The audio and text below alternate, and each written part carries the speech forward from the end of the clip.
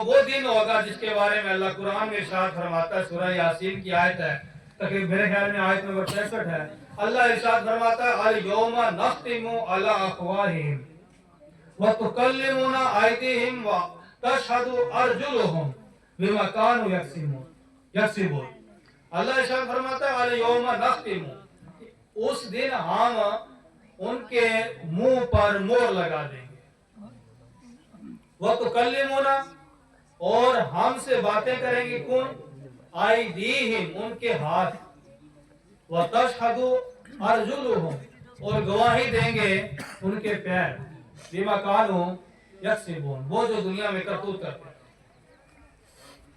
یہ آیت پاک جب پڑھے آدمی اور سمجھنے کی کوشش کرے، میرے خیال میں خون بھی جو ہے وہ پانی بن جاتا ہے، پتھر بھی جو ہے پگھل جاتے ہیں۔ آدمی آج سوچتا ہے کہ میں بڑا عقل والا ہوں، بڑا اللہ نے مجھے یہ دیا ہے، وہ دیا ہے، میرا یہ کمایا ہوا ہے، وہ کمایا ہوا ہے۔ میں کہتا ہوں حقیقت میں جب اس آیت پاک پر غور کیا جائے تو انسان کے جسم کا جو گوشت ہے وہ بھی پگھلنا شروع ہو جائے۔ گوشت تو گوشت ہے، اگر اس آیت پاک کو پتھر پر بھی پڑا جائے تو پتھر بھی پگھلنا شروع ہو جائے۔ وہ دن ہوگا کہ جس دن بولنے والوں کی بولے پر، زبان پر مہر لگا دی جائے گی، بند کر دی جائے گی، تالے لگا دیے جائیں گے۔ اب کیونکہ منہ نے تو بولنا نہیں ہے، پھر بولنا کس نے؟ اللہ فرماتا ہے وَتُكَلِّمُونَ أَيْدِيهِمْ، پھر ان کے ہاتھ بولیں گے، وَتَشْهَدُ أَرْجُلُهُمْ، اور ان کے پیر گواہی دیں گے، بِمَا كَانُوا يَكْسِبُونَ، جو بھی وہ کام کرتے تھے۔ تو اللہ کے حضور دعا کریں اللہ ہم سب کو عمل خیر کی توفیق عطا فرمائے، اور کوشش کریں کہ کسی پر طنز، کسی کی تحقیر مت کریں، کیونکہ انسان کا دل عام دل نہیں ہوتا، بلکہ حقیقت میں یہ رب کا عرش ہوتا ہے، اور اللہ تبارک و تعالی ہر دل میں موجود ہے۔ اور صوفیہ کرام تو فرماتے ہیں صرف ایک بالشت کا فرق ہے، بندہ ساری عمر ڈھونڈتا رہتا ہے رب رب رب کدھر ہے، مگر حقیقت میں ایک بالشت کا فرق ہے۔ ادھر ہمارا منہ ہے، ہم کہہ رہے ہیں رب، ادھر دل کے اندر ٹھکانہ ہے، اور قریب اتنا ہے کہ ہم سمجھ نہیں پاتے۔ قرآن نے اشارہ کیا تھا، بتایا دیا تھا آج سے 1400 سال پہلے اللہ نے خود بتایا تھا نَحْنُ أَقْرَبُ مِنْ حَبْلِ الْوَرِيدِ، کہ ہم تمہاری شرک سے بھی قریب ہیں۔ جب انسان کو قتل کیا جائے، اگر گلا کاٹا جائے تو سب سے پہلے شرک کٹتی ہے، تو فرمایا کہ شرک پر چھری بعد میں پہنچے گی، ہم آپ کے یعنی انسان کے اس سے بھی قریب ہیں۔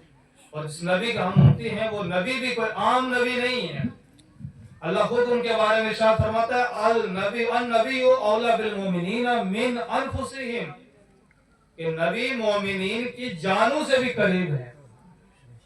ہماری جانیں بھی ہم سے اتنی قریب نہیں ہیں جتنے ہمارے نبی ہم سے قریب ہیں، اور اس حقیقت کو سمجھنے کی کوشش کرنی ہے۔ اصل میں آج تصوف، صوفیزم کی کمی ہوتی جا رہی ہے۔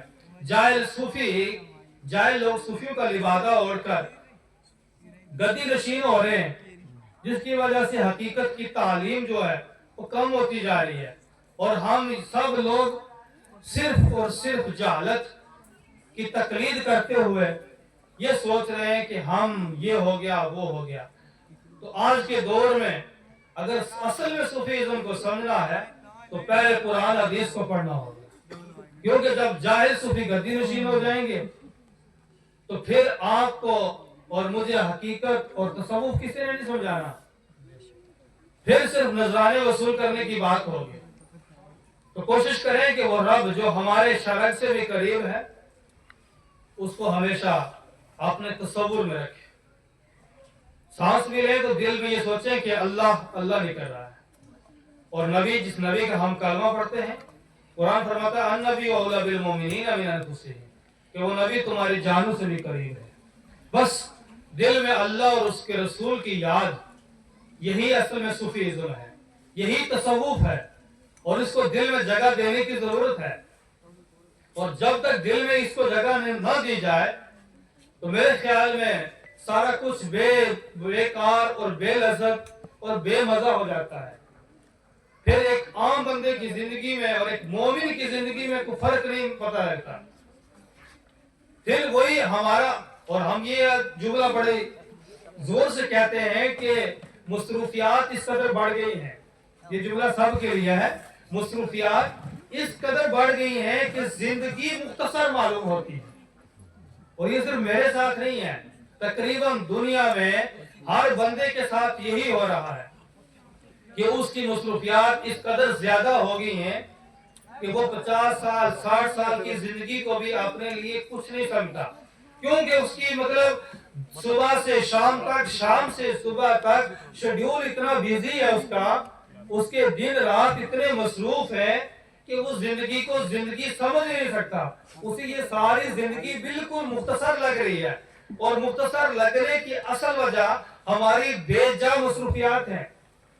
ہم یہ سوچتے ہیں کہ یہ کام ہو جائے وہ ہو جائے، اور حقیقت میں یہ دنیا ہے، اور دنیا کو اللہ نے اس طرح سے سجا کے دنیا میں رکھا ہے کہ انسان اس کی طرف جتنا بڑھتا ہے یہ اتنی ہی پھیلتی چلی جاتی ہے، اتنی ہی دور ہوتی چلی جاتی ہے۔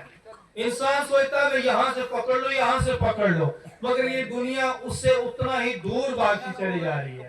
اور مصروفیات بڑھنے کی وجہ سے ہم 30 سال کے بھی ہو گئے، ہمیں لگتا ہے ہماری زندگی کچھ نہیں ہوئی، حالانکہ 30 سال کوئی کم نہیں ہوتے، اس کے صبح و شام بہت بڑے معنی رکھتے ہیں۔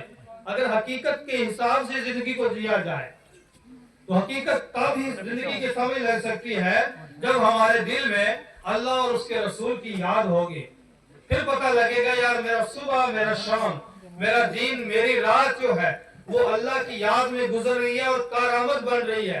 پھر زندگی مختصر نہیں ہوتی، پھر ایک لمحہ بھی جو ہے، کہتے ہیں کہ شیر کے ایک لمحہ کی زندگی جو ہے گدڑ کی 100 سالہ زندگی سے بہتر ہے۔